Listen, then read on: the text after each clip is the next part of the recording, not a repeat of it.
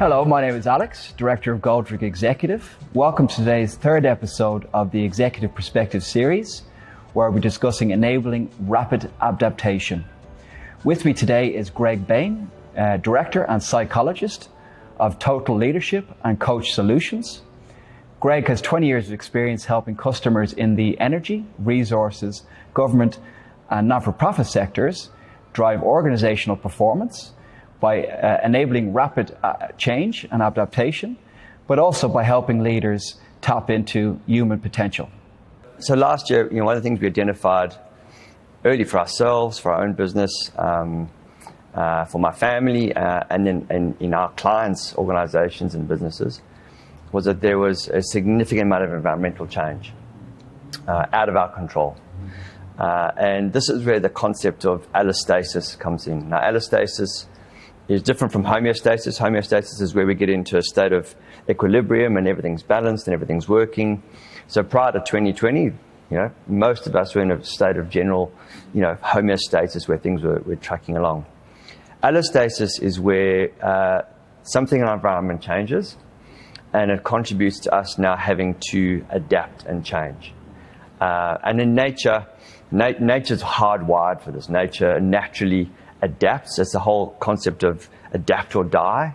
Yeah.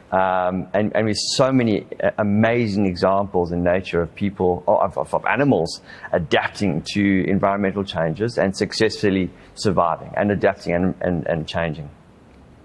Us as human beings, when we have these environmental changes, instead of us, like in animals or nature, immediately adapting to that, we as human beings tend to either put blinkers on, so we don't see it, or we rationalize, or we justify, or we explain, or try and find ways to ignore those environmental changes. Or sometimes those environmental changes are significant enough to create this level of stress. And so essentially, allostasis refers to the state where there's an environmental change that forces us to now get into essentially a stressed state, where it's something outside of what we're normally able to deal with.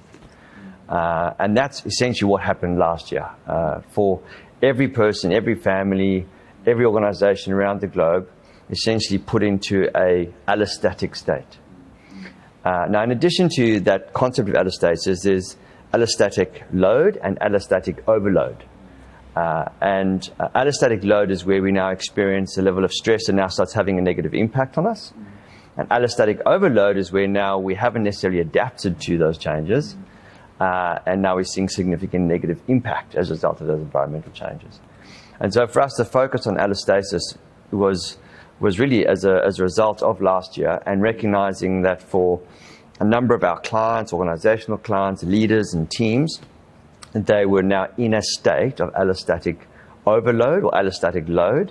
And our role was to now support those teams and organizations to recognize that and then to shift out of that state back into the high-performing state. Organizations and teams and leaders have been tempted, or not tempted, we've been driven by KPIs and measurables and outcomes that we sort of forget about the actual emotional state of our people. And one of the best ways to identify whether or not our people are in that allostatic load or overload state is understanding the emotional state. And so what we see as an imperative in terms of going forward for leaders and organizations is focusing on the emotional state of their people. Now, I know most organizations do engagement surveys and all those sorts of things. What we're really talking about is leaders really tapping into how are my people feeling. So understanding what is that optimum emotional state that we want to get our people into to be able to enable them to be successful. And the more we can tap into that emotional state, the more I can start recognizing when people start shifting into that allostatic load, allostatic overload state, and then can then start putting in place strategies to address that quickly. And one really key practical strategy to put in place to address allostatic load, allostatic overload, is to create clarity. Now, I know we can't predict what exactly is going to happen, but what we can do is talk to people about what does the scope of that future look like. And so we encourage leaders to talk about the best case scenario, worst case scenario, and most likely scenario.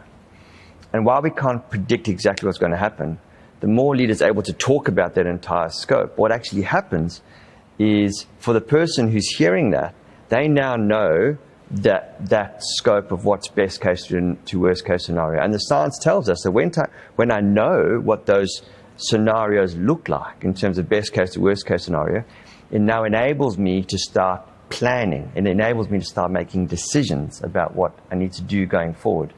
And that's probably one of the most important steps to get to shift people out of the allostatic load space back into the high-performing state, is to enable planning and enable decision-making. And then the next strategy is what we call rigorous recovery. And this is about building in daily recovery, and this is for individuals, finding a space and a time to just restore yourself physically, mentally, emotionally. And then in teams, also setting up mechanisms, rituals, processes where people can recover. So you actually, instead of relying on people to go home and recover, you're actually building recovery into how you work.